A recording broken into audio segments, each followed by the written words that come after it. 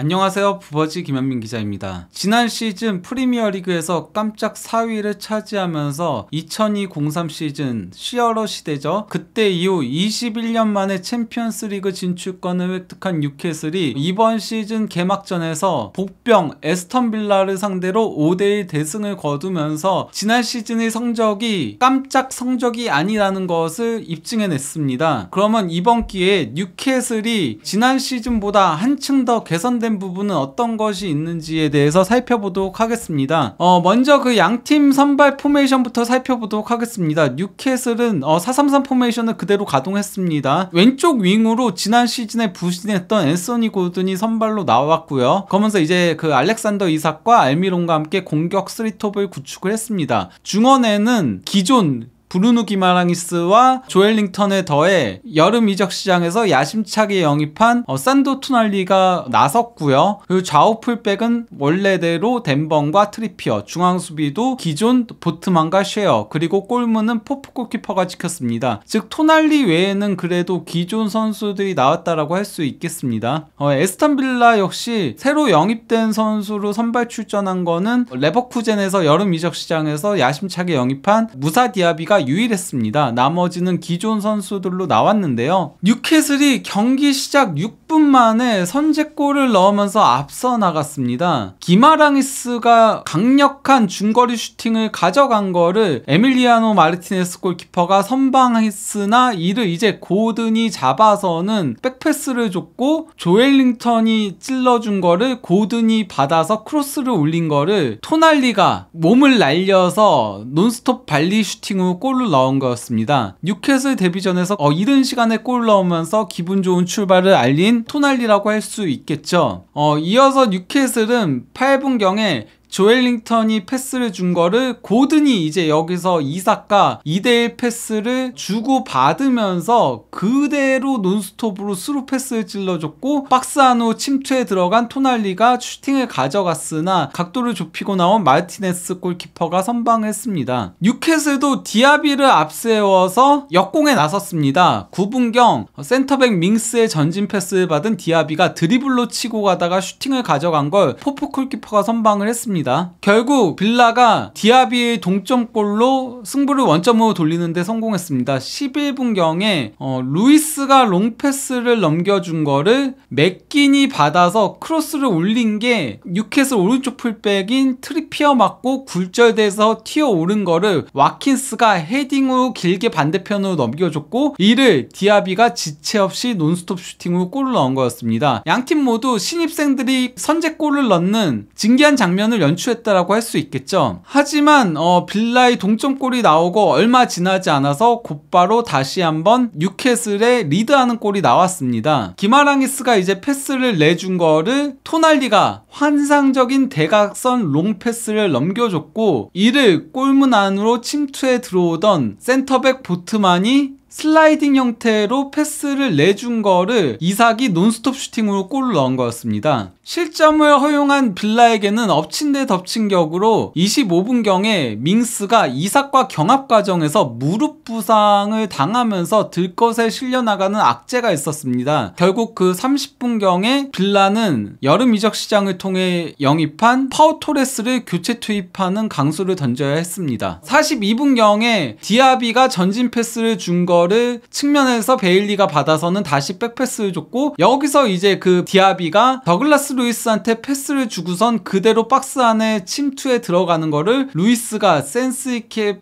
스루 패스를 찔러줬고 이를 받은 디아비가 논스톱 슈팅을 가져갔으나 이는 역금으로 강타했습니다. 전반전 기록은 뉴캐슬이 근소하게 주도했다라고 할 수 있겠습니다. 점유율에서는 56대 44로 뉴캐슬이 앞섰고요. 슈팅 숫자는 반대로 빌라가 7대 5로 뉴캐슬에게 우위를 점하긴 했습니다. 하지만은 중요한 거는 결국 빅찬스인 거거든요. 얼마나 이제 골문 근처에서 슈팅을 가져갔느냐인 건데 이 부분에 있어서는 뉴캐슬이 3대 1로 빌라에게 앞섰습니다. 당연히 이제 그 유효 슈팅 역시 뉴캐슬이 빌라에게 4대 2로 2배가 더 많았죠. 이것이 바로 2대 1 스코어로 전반전이 마무리된 원인이라고 할 수 있겠습니다. 당연히 기대 득점도 뉴캐슬이 1.3골로 0.57골이 빌라의 2배 이상 앞섰고요. 이러한 가운데 빌라가 후반전 킥오프와 동시에 공격수인 베일리를 빼고 수비형 미드필더인 틸레망을 넣으면서 조금은 중원 강화에 집중하는 전술적인 변화를 가져왔습니다. 하지만 후반전 초반에도 뉴캐슬의 공세가 이어졌는데요. 51분경에 고든이 볼을 끌고 가다가 전진 패스를 준 거를 알미론이 크로스를 넘긴 게 이게 다소 길게 넘어갔어요. 근데 이제 토날리가 골라인을 넘어가려고 하는 거를 포기하지 않고 열심히 달려가가지고는 골라인 바로 앞에서 잡아냈고, 그러고 나서 돌아서면서 크로스를 올린 거를 고든이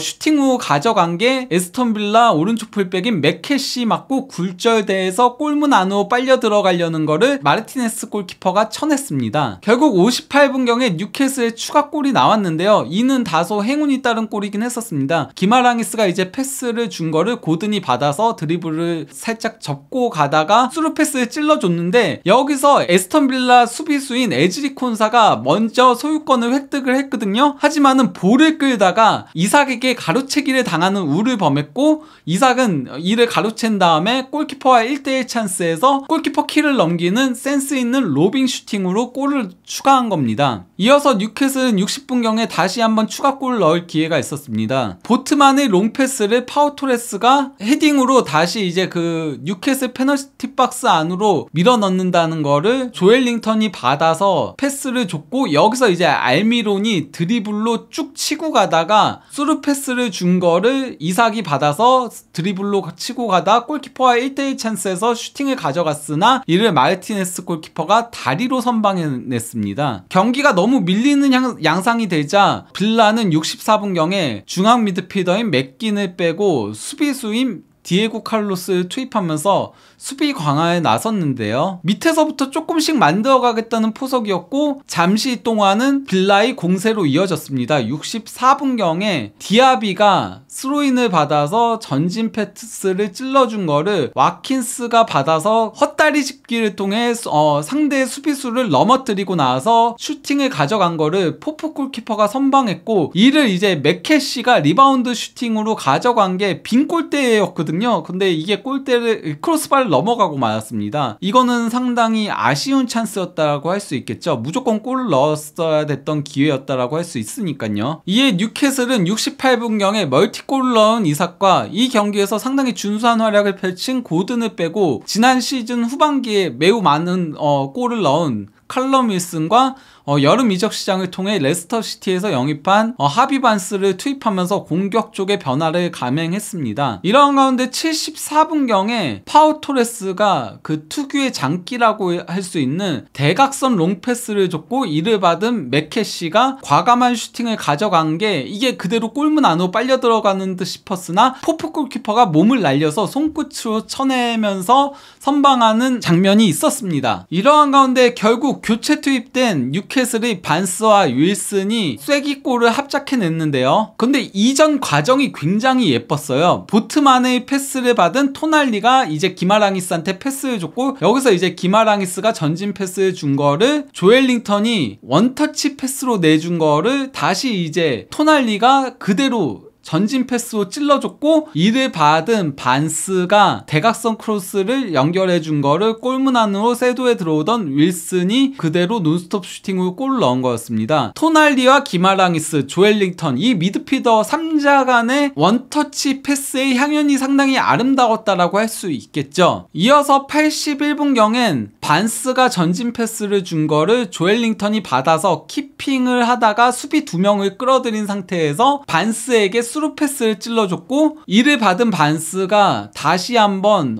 볼을 끌고 가다가 직접 슈팅을 때릴 수도 있었으나 이타적으로 패스를 내준 거를 윌슨이 슈팅 후 가져간 게 마르티네스 골키퍼 선방에 막히고 말았습니다. 이어진 코너킥 찬스에서 트리피어가 정교한 코너킥을 올린 거를 조엘링턴이 타점 높은 헤딩 슈팅으로 가져갔습니다. 나왔으나 이는 뒤에서 커버에 들어오던 빌라 공격수 와킨스가 골라인 바로 앞에서 묘기와도 같이 걷어내면서 아쉽게도 득점 후 연결되지 않았습니다. 이러한 가운데 뉴캐슬은 84분경에 기마랑이스와 알미론을 빼고 롱스테프와 머피를 투입을 했는데요. 이 투입도 적중했다라고 할 수 있겠습니다. 정규 시간이 끝나고 추가 시간 11초경에 트리피어의 패스를 받은 토날리가 전진 패스를 줬고, 여기서 이제 머피가 센스 있는 움직임으로 상대 선수 2명을 제치고 가서는 전진 패스를 찔러줬고, 이를 받은 반스가 그대로 쭉 치고 가다가 골키퍼와 1대1 찬스에서 정교한 슈팅으로 뉴캐슬 데뷔골을 작성을 했습니다. 이와 함께 경기는 5대1 뉴캐슬의 대승으로 막을 내렸는데요. 그런데 사실 뉴캐슬은 지난 시즌에도 홈에서 빌라 상대로 4대0 대승을 거뒀습니다. 다만 이번 경기가 조금 더 경기 내용에서는 좋았다라고 할 수 있겠는데요. 일단 이 경기에서 뉴캐슬은 점유율에서도 53대 47로 빌라에게 앞섰고요.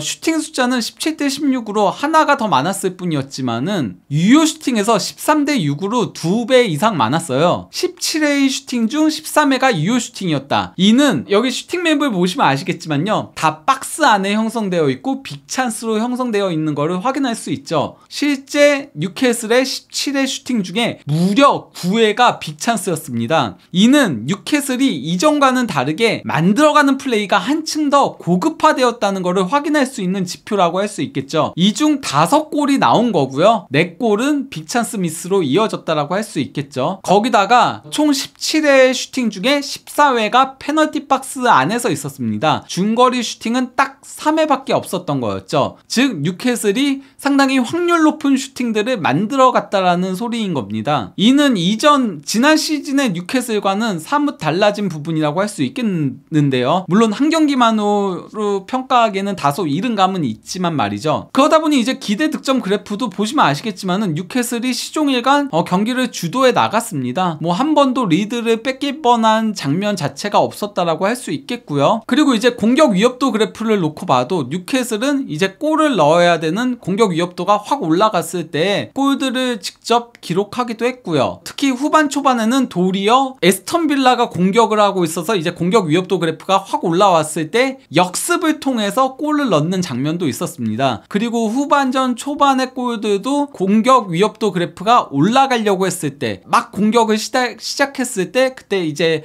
수비에서 역습으로 전환하는 과정에서의 골들이 나왔다라고 할 수 있죠. 그리고 이제 공격 시퀀스 관여를 놓고 보면요, 일단 산드로 토날리가 슈팅을 2번 가져갔고요. 또 이제 키패스 1번에 더해서 슈팅으로 이어지는 빌드업 과정에 4번 참여를 하면서 총 7회로 가장 많은 수치를 기록을 했습니다. 즉 토날리 영입은 대박을 친 거나 마찬가지라고 할 수 있겠죠. 그리고 트리피어가 6회로 2위고요. 조엘링턴도 6회로 공동 2위입니다. 그리고 빌라에서는 더글라스 루이스와 또 이제 신입생인 무사 디아비가 다 5회를 기록하면서, 무사 디아비 같은 경우는 그래도 성공적인 데뷔전을 치렀다라고 할 수 있겠고요. 그리고 또 이제 뉴캐슬의 달라진 부분을 하나 더 살펴보자면요, 왼쪽이 이제 그 지난 시즌 뉴캐슬이 홈에서 에스턴 빌라한테 4대0으로 승리했을 당시에 공격 방향 비율인 거거든요. 사실 지난 시즌 뉴캐슬의 공격 방향 비율은 오른쪽에 집중되어 있었습니다. 그 이유는 오른쪽 풀백인 트리피어가 공격을 상당히 많이 감행하기도 했었고요. 또 이제 알미론이 오른쪽 측면에서 상당히 좋은 활약을 펼치면서, 그러면서 오른쪽 측면 공격이 상당히 잘 이루어졌던 데 반해 왼쪽 측면 같은 경우는 왼쪽 풀백도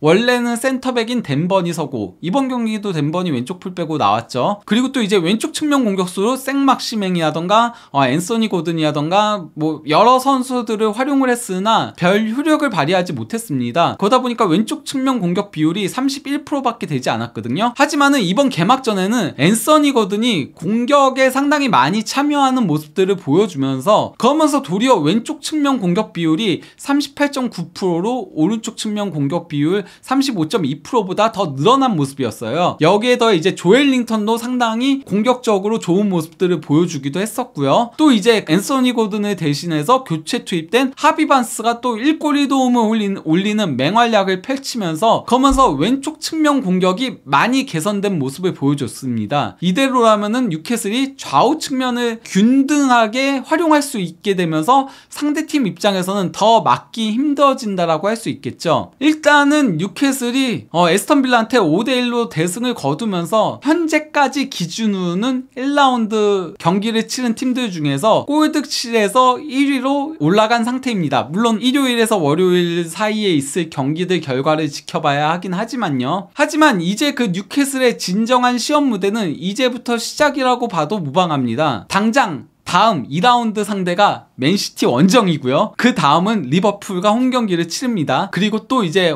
지난 시즌 5위 팀인 브라이턴 원정을 떠나야 하는데요. 그리고 브렌트포드도 만만한 팀은 아니라고 할 수 있죠. 여기까지 조금 힘든 초반 일정을 지나고 나면은 그래도 승격팀 셰필드 유나이티드와 승격팀 번리를 만나고요. 그리고 이제 웨스트햄, 크리스탈 팰리스, 울버햄튼까지 다소 쉬운 일정을 소화하다가 11월 5일에 다시 이제 지난 시즌 2위 팀인 아스널과 상대하게 됩니다. 과연 뉴캐슬이 맨시티, 리버풀, 브라이턴, 브렌트포드로 이어지는 이 죽음의 일정에서 개막전과 같은 경기력을 보여주면서 한 단계 더 업그레이드된 모습을 보여줄 수 있을지, 그리고 또 이제 9월 중순부터는 챔피언스 리그도 병행을 해야 하잖아요. 그리고 또 이제 뉴캐슬 같은 경우는 현재 뎁스가 조금 얇은 편이지만은 이번에 영입된 선수들이 좋은 모습을 보여주면서 조금은 뎁스에서도 여유가 생긴 모습이긴 하거든요. 특히 뭐 지난 시즌 주전으로 뛰었던 롱스태프 같은 선수가 백업으로 나서고 있기도 하고, 그런 모습들을 감안했을 때 챔피언스 리그 병행을 하는 데 있어서도 별 문제 없이 진행이 될 수 있을지 앞으로도 뉴캐슬의 행보들을 지켜보고 한준TV에서 분석할 게 있으면 분석해서 올리도록 하겠습니다. 감사합니다.